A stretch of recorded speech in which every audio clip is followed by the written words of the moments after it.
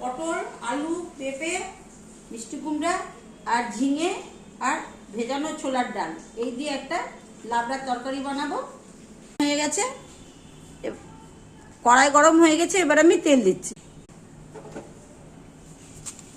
ছোলার ডালগুলি ছেড়ে দিলাম। আদা, ধনে, শুকনো লঙ্কা দিচ্ছি, দিয়ে দিলাম, লবণ দিয়ে দিলাম,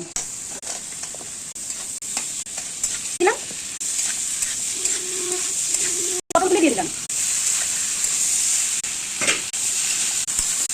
এটা রান্না করা হচ্ছে, দিয়ে দিচ্ছি।